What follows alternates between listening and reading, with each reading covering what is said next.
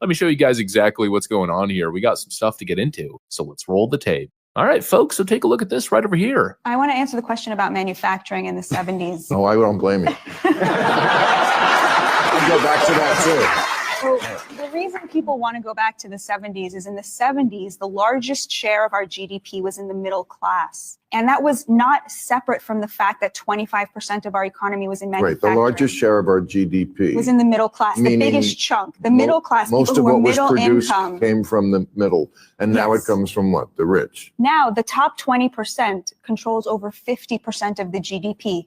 Our economy was an upward funnel of wealth, and the largest share, which used to be in manufacturing, which gave a lot of working class people a middle class standard of living. Yeah, do nobody remember the time where, and I mean now just for my older cats in the chat, our older cats, like I'm pretty sure I remember the time where you could just have a factory job and be able to support a family. Now me, this is way outside. Come on, man. I'm in my late 20s. I don't remember none of that. Trust me, by the time I came into the game, man, those good times were long gone. But I'm pretty sure a lot of the older cats can remember, like, yeah, like when the manufacturing job used to be plentiful, you used to be able to support your family off it. It used to be great. And then they just all went away. Why? Because, I mean, we started practicing globalization with our manufacturing and we kind of screwed our people over. And then we sold it to them as, oh, don't worry, we're above those jobs. You guys are above them. Yeah, I know, right? Like crazy. Now the largest share is in real estate and finance, meaning that asset-rich Americans are controlling over 50% of the GDP, and they have left the working class out of all of that prosperity that was generated. That manufacturing is still being done. It's just being done in other countries. It is still for wages we will not work for. That's exactly right. You're right, Bill. That's what the tariffs are for. They are to make Shut up, my man Fox Chase, man. Man, coming in dropping facts already, man. He says, he's like, they destroyed the nuclear family, so two incomes pay more taxes. Like, yeah, I ain't gonna lie. I know women hate when we bring this point up, but I ain't gonna lie, man. Y'all kind of fuck things up when it comes to the wages in the economy, man. When they start letting women work, it kind of like it raises the supply of workers. Think about it. If only men were working in America, then that means only men could work. There's a limited number of workers. A limited number of men. Once you added women to the workforce and they were able to work the same jobs as men, that raised the supply of workers for every job. Therefore, they can lower wages. I mean, hey, it is what it is. But hey, women's rights, right? Women's rights, equality. Let's go. American workers more competitive in the global market. Why are we accepting that there should be a race to the bottom? China, what is its competitive advantage over us? It's that it pays slave wages. Why should we accept that? They're still manufacturing our PPE, our pharmaceuticals, our cars. They're making all that stuff. Trump says there are 5 industries that we cannot have any kind of national. Hold on, she's cooking. We got to go back because some of y'all going to miss this. You're going to miss it. All right, trolls. Sit on your fingers, okay? Look, take your fingers, man, put them under your thighs and just sit on them mugs for like 2 minutes, okay? Just 2 minutes, please. That's exactly right. You're right, Bill. That's what the tariffs are for. They are to make American workers more competitive in the global market. Why are we accepting that there should be a race to the bottom? China, what is its competitive advantage over us? It's that it pays slave wages. Why should we accept that? They're still manufacturing our. And that's what I'm saying. They pay slave wages so they can give us these low cost products. And it's not even as good as ours. And here's the thing, though, like the slave wages mixed with the fact that they don't got to pay tariffs. What do you think? What do you think, man? Of course, they're going to dominate us in some of these industries. Of course. They don't care about the environment. And they don't care about the environment. And they don't care about their workers. I mean, they're getting paid slave wages. Bro, here's the thing, though. Americans do not agree with slave wages or none of that until they can buy a Chinese-made product. Most egregious human rights violators, but we don't care as long as we can do business with them. Yeah, we don't care as long as we can get our stuff cheaper. I mean, bro, some of y'all need to lose. Some of y'all have already lost the moral argument by just standing against these tariffs. For PPE, our pharmaceuticals, our cars, they're making all that stuff. Trump says there are 5 industries that we cannot have any kind of national security without having a stake in them. Pharmaceuticals, lumber, steel, aluminum, and I forget what the 5th one was. But these are really important that we have a stake in the manufacturing of the things that we need as a nation so that when China decides that it wants to go to war against us, we're not relying on them for steel and aluminum in order to fight them. She absolutely nailed it. Which is hilarious. I did say it's asinine that we actually gave away our steel industry to the Asians. Well, America was built on the steel industry. It was one of our founding industries, to be quite frank. Like literally. So the fact that it's now China's and the fact that we're kind of like subjected to the fact that, if we get into a war, any war with anybody, we're buying our shit from China. It's sad. Considering that we used to run the steel industry. We keep hearing this free trade argument when it comes to tariffs. It's not free trade. It's not free trade if you start applying tariffs. We should have free global trade. But free trade was never free for American workers. It was a rigged frickin' game that benefited multinational corporations and China at the expense of the American middle class. 5 million good-paying jobs shipped overseas. While corporate America certainly got richer, the stock market went up, but the working class, what did they get? Oh, right, they lost everything. And then we're told by these smug elitists to simply learn to code. Yeah, how is that one working? Especially in the era of AI. And on top of it, just to make matters worse, that's what I'm saying. Like, they completely disrespected manufacturing workers and just said, oh, well, learn a higher skill then. Learn how to code, work a computer. It's just like, you learn how to do these office jobs. And I'm just like, damn, that's hella disrespectful. You done made these people lose their jobs, and now you're telling them learn to code as if they didn't spend their whole life in manufacturing. Wreck. But okay. As they were shipping the working class's jobs away, they were also flooding the country with millions of illegals to undercut wages for the jobs that were left. It seems like a deliberate, coordinated sellout, and both parties were in on it. But apparently, if you're against the gutting of American industry, you're against free trade. What an absolute farce that is. This is why Trump's economic vision is so important. Tariffs aren't about taxing imports. They're about leveling the playing field. They force these globalist corporations, who feel no allegiance to the United States, they're multinational, to actually have to bring jobs back instead of exploiting cheap labor overseas. It's not a tax on Americans like the clueless media keeps parroting. It's a tax on China, Mexico, and every other country that's been exploiting America's open market while protecting their own markets. And don't even try to tell me that tariffs don't work. We already know that they work. When Trump imposed tariffs on steel and aluminum, American steel plants started reopening. It's literally that simple. Hey, Steph, is everything good on TikTok now? Just making sure.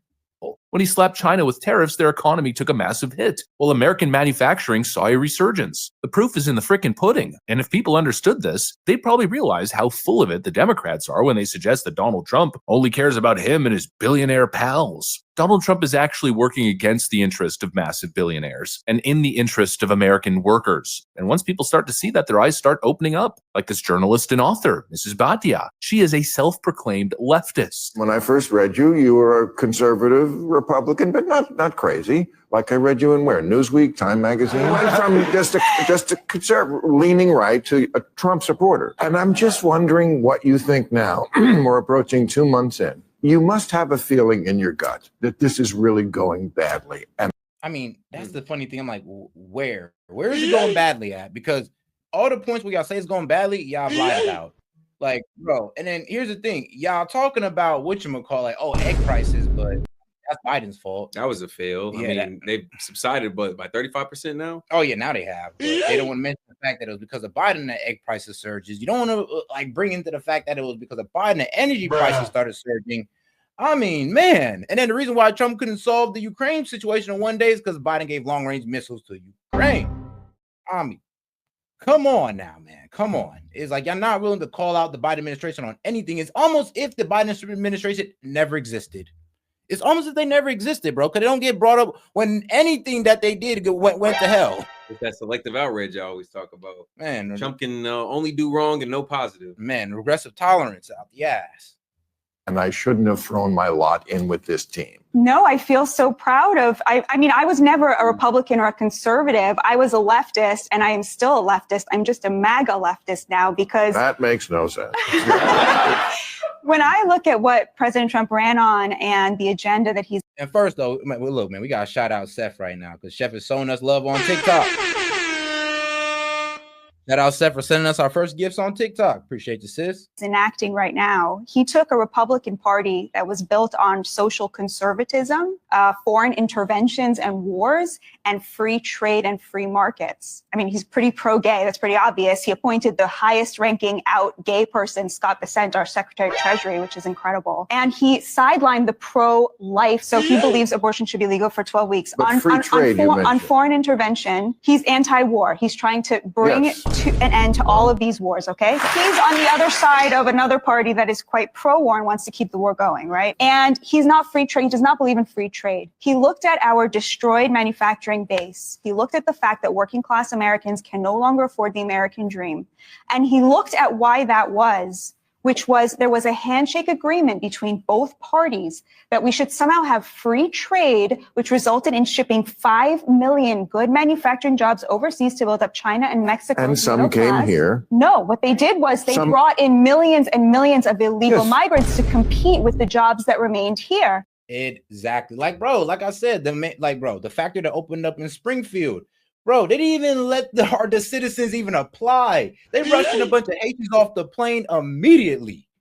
This is what's happening in more cities than just Springfield, Ohio. More cities is happening in where it's a city that, I'm be real with you, that the whole population depends on maybe like a couple factories and they're pushing immigrants into them. And I always say the easiest counter to the argument of, oh, who's going to work these jobs when the migrants get deported? I'm like, the American citizens who the job should have went to in the first place. Yeah. Like, I mean, it's gonna open up the market for people who need the goddamn job. And who are here legally. Oh, so you gonna work the fast food and all that good stuff? Yes, if you need to. If you need, bro, our youth will, instead of them running the streets and all that, want to be every one of them want to be a content creator. Like that's not a viable option for a lot of people. The youth, maybe somebody getting out of jail or prison, somebody trying to restructure, get their life together. Bro, some people have to do it. Bro, some people gotta dig some ditches, and it just can't be for the Mexican. I remember back in or any of the migrants. Any of the migrants. Oh, shoot, I remember I was digging ditches for $18 an hour back in the day. Sometimes you got to, man. I think bro, one of the most embarrassing jobs I had was probably like $8.50. Bruh. Oh, I remember the most embarrassing. I think it was like close to that, like $9 stacking trays. And the only reason why I had to work is because I didn't have a car. I didn't have transportation. I had to do what I had to do. Bruh. Hey man, sometimes you got college endeavors. Sometimes you gotta eat shit, as they say. For a couple months. At least. Man. And what Donald Trump said was, we have to stop selling out the working class. That agenda that he laid out, socially moderate, anti-war, and anti-free trade protectionist, that is a leftist Sam, I agenda. will bring you in. When confronted with Bill Maher that she probably regrets her vote at this point, as I mentioned earlier, she hits him with the frickin' facts. Absolutely not do I regret my vote. Oh no, is the stock market down a couple points over the last couple of weeks? Who frickin' gives a crap? Like a lot of people, she prioritizes the interest of the nation and the nation's workers above the elites in their stock portfolios. You know, I own a good amount of stocks, and I've watched my portfolio take a little bit of a hit, but I haven't lost a single night of sleep. You want to know why? Because frankly, it feels like a small sacrifice made for the greater good. A little bit different than what we saw with Joe Biden when the stock market was cratering, inflation was through the roof, and it was just a decline in growth and American productivity. Just because numbers go up doesn't mean good things are happening. You might be one of the privileged few to be in a position to take benefit, but if you look around, if you look at the world, if you look at the economy that you're leaving for your children, if you look at the middle class cratering in on itself and young people unable to afford homes or save money for the future, well, what's the point of seeing your stock portfolio go up while society around you is freaking collapsing? It's a no frickin' brainer if you actually understand the dynamics, if you have a basic understanding of the economic fundamental. It's like, yeah, you don't think rich people care about what's going on? If rich people didn't care what was going on, then they would have stayed their ass in California. Like, trust me, rich people see what's going on and they're getting pushed out of the country, their states, their cities. It's getting crazy even for rich people. Think about rich people are going like, God damn, it's getting a little tough for me. Bro, you can only imagine how it is for the average person. And that's how it was with the Biden administration. And so there's really no regret here. No, just more proof and more reinforcement on the idea that I believe I am on the right side. And funnily, or ironically enough, a side the Democrats used to claim as an identity, right? The Democrat Party was the party of the working class and their interests. Yeah, I'm not so sure about that one anymore. And the issue of tariffs, I think, perfectly encapsulates the concept. There's a reason why working class people are ditching the Democrat Party. It's because the Democrats have completely abandoned them. They instead prioritize corporate donors, cheap foreign labor, and globalist trade deals over the hard-working Americans who break their backs and build and create everything around us. In my view, seeing the Democrats' posture on this issue, they've made it clear that they care more about the profits of multinational organizations and stock market